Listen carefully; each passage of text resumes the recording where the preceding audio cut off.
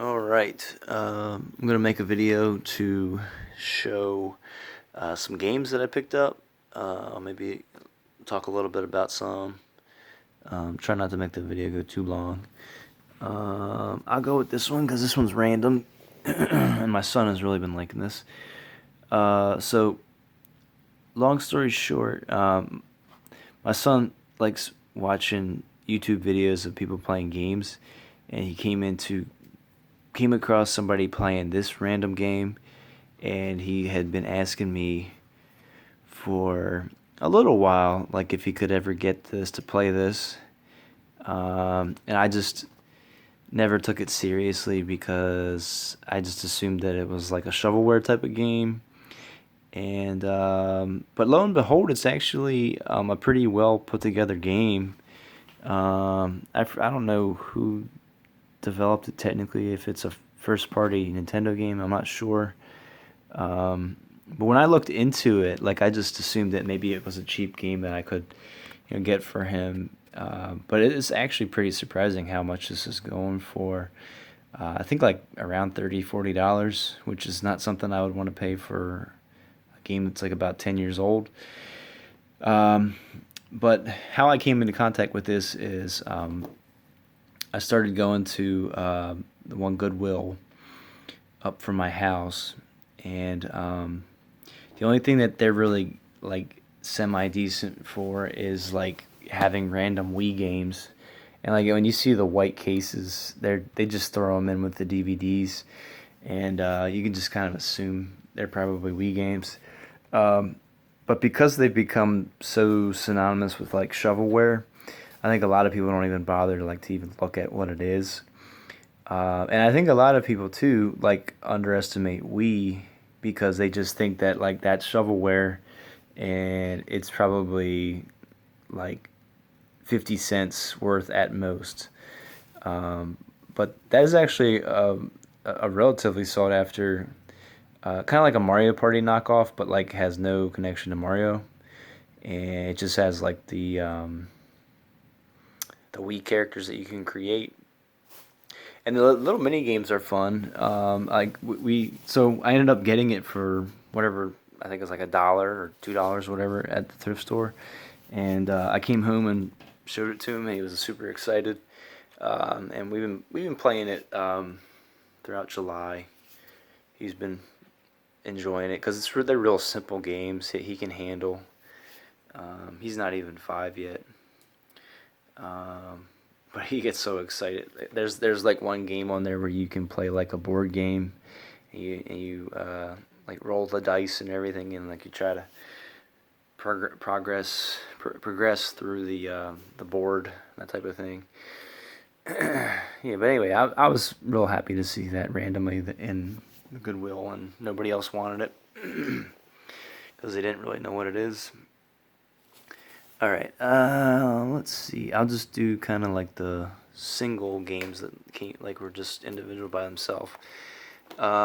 Neo 2 I saw on an eBay seller's account on eBay. They were selling these for $19.99 brand new. There's a seller on eBay that is like a big wholesaler. I think they're based out of Georgia, like Atlanta, but it's called Ant Online. I actually bought my Switch with that company, so I think they're pretty big type of business that just operates like probably mostly with like eBay and maybe Amazon, like third party seller type of stuff. But for $19.99, I was like, yeah, that's a good price. It might get even cheaper than that, but it's a. I mean, the first one was really good, and it's good to just like kind of hop into that second one and just kind of be familiar with that. It's not a lot different than the first one, and if you like the first one, then you're going to get a lot of the same in the second one. I might have played it for 2 or 3 hours so far, and it's in my system right now. I plan to keep playing it. But yeah, you pretty much know what you're getting. It's gonna be very similar to like a Dark Souls, but tries to maybe do its own thing a little bit. Um, I just went ahead and picked this game up too, just because I've been waiting for this game to have a price drop, but it just never came. So some games I just hope that they'll come down a good bit and then take advantage of like it being on sale or on clearance or basically bargain bin type of thing. But um, that never seemed to happen. I mean, it could still happen, and I won't get to take advantage of it.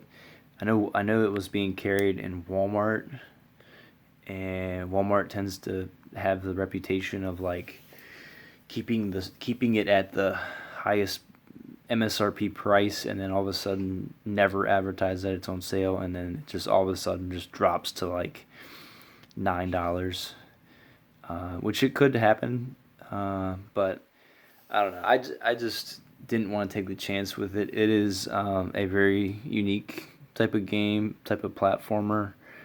I've always heard really good things about it, and it got a physical release, and I just didn't want to be in a situation where it was like really hard to try to find a copy of it. So I ended up getting it off Amazon. I think it came down very briefly for like a short while for $29.99, and there for a while too it was like out of stock too, which is not a good sign if Amazon has no copies of it. But yeah, I've played it a little bit, and I've enjoyed what I've played so far. Not anything too groundbreakingly difficult or anything like that. Um, the Romancing Saga 3 was from PlayAsia, and they like randomly had that on sale back in like June, I think. It was like a random selling price point at like $23.99. And then I think you had to pay. I can't remember if they're back to paying shipping, or I did, but it was like less than $30, and I just went ahead and got it. I played it once, and then I haven't really gone back to it. But I'm sure if I had to get rid of it, it would probably give me my money back since it's an RPG. Sniper Elite 3. I just went ahead and bought this for my Xbox One because I was in a kick of playing Sniper. I played Sniper Elite 4 a few weeks ago and just played it all the way through. And I realized that Sniper Elite 3 was a game I never really gave like my full attention to because I felt like it did not run very well. It came out on the last generation systems, and then like it was ported to the newer ones like right at the start, and then I never really bothered with getting it on Xbox One, PlayStation 4. I had it for my 360, and I felt it was like a really poorly. It just did not run very well. It had poor frame rate and all that stuff. Like, just graphics were not really anything to brag about, but I saw that like the regular version of this game is still pretty high in price, but for some reason Amazon had these like special edition versions like priced at like $15, and it's still closed up. I haven't opened it up, but she's just wiping all her scent all over my games, I guess. What else? BioShock I just picked up yesterday at GameStop. I paid like $8 for it. It's $12.99, but I wanted to use a $5 coupon. I should be yelling at her, but like it's hard to yell at her. What else?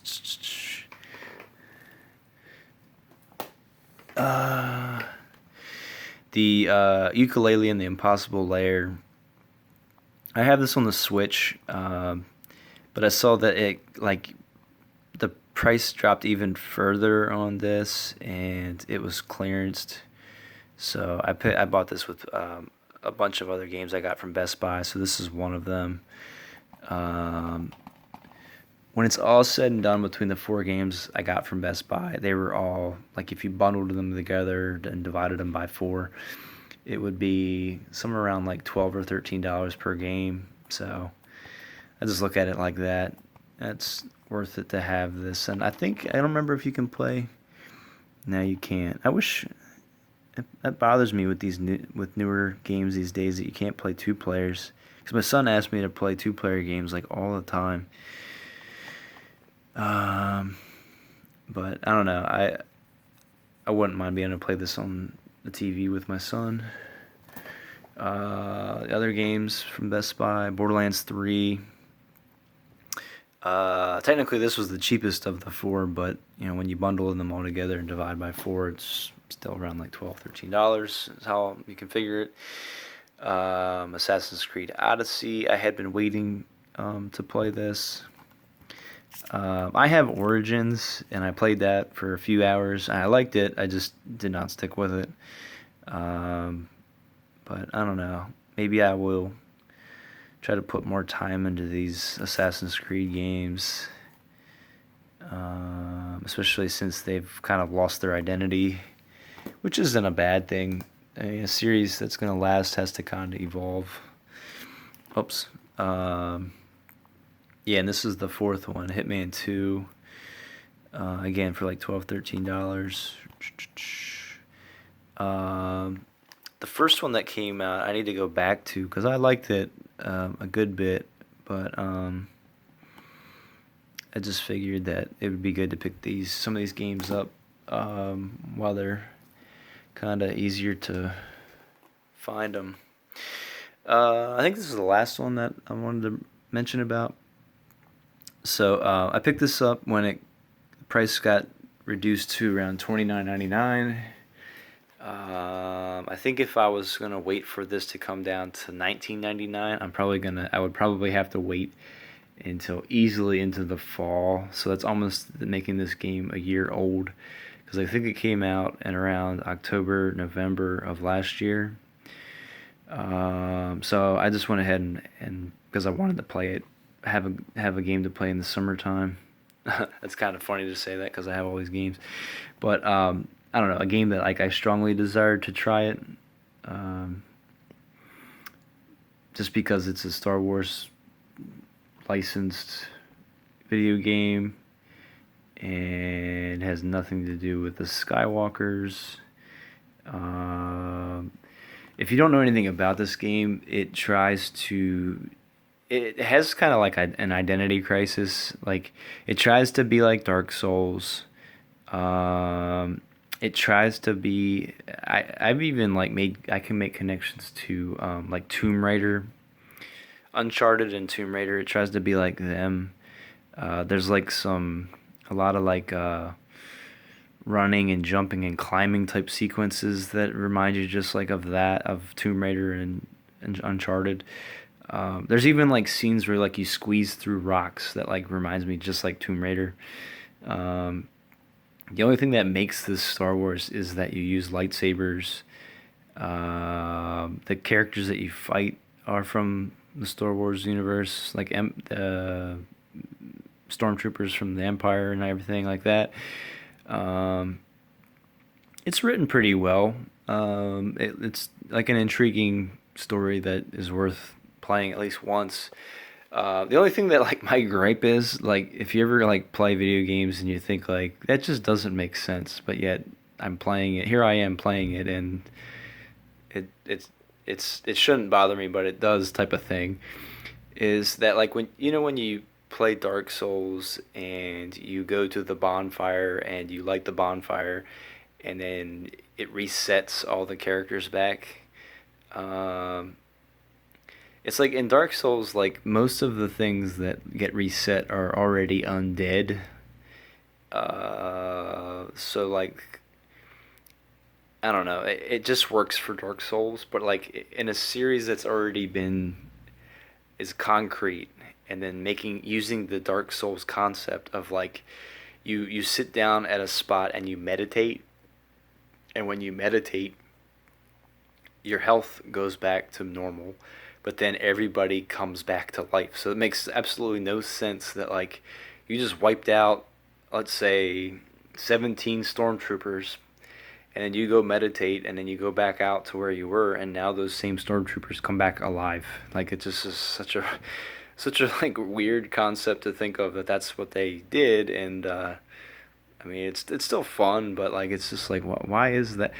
So like you could clear out like an area that like you're supposed to, like you're trying to figure out your objectives, go to a certain spot, figure something out, and like it's almost there's one place you go to where like you're part of like a resistance type of attack, and then like you sit down, or I'm sorry, like the resistance attack is like wiping out all these stormtroopers, and then when you sit down and meditate and then you refresh your health, then they all come back again. It's just like such a weird a weird thing going on, but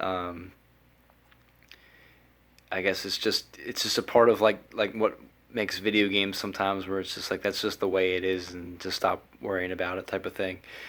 Um,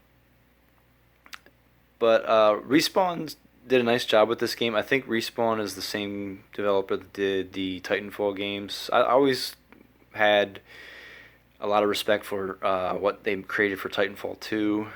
Um, but they didn't really leave this game with a guaranteed sequel or anything like that, which is I like when games don't do that, because I think that's kind of cheap to just like leave it as a spoiler and then just hope that you're gonna get a sweet sequel. Um, but they could easily make this into a series, even if they like took the Star Wars universe and then went in 100 years after this, or 1,000 years before this, or that type of thing. I think that's exactly what Knights of the Old Republic did.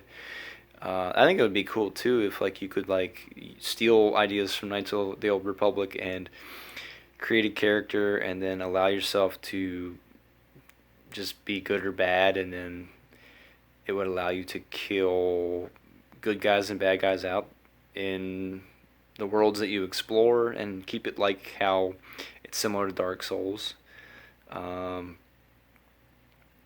but maybe like less story driven. Like this game is like, it's really impressive that they made it so story driven and still kind of have it be Dark Souls esque.